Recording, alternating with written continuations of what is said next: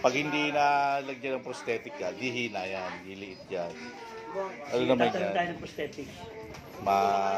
May exercise. Pag nasanay ka na, bali wala na yung prosthetic, may lalakad mo. Pag kagaro, papasundo kita ito. Iba nga, nakapag-basketball pa eh, prosthetic eh. Paksan mo ng loob yan. Basta gusto mo mapag-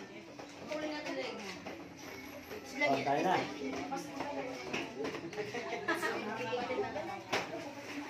Sige po. Saan accident isang lugar? Kamaralino po. Ng Norte.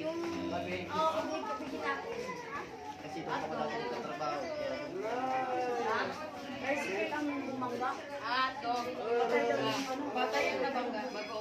Patay ang bumangga. Motor lang dala mo. Baka dala mo, bulldozer eh, kaya namatay mag-asawa.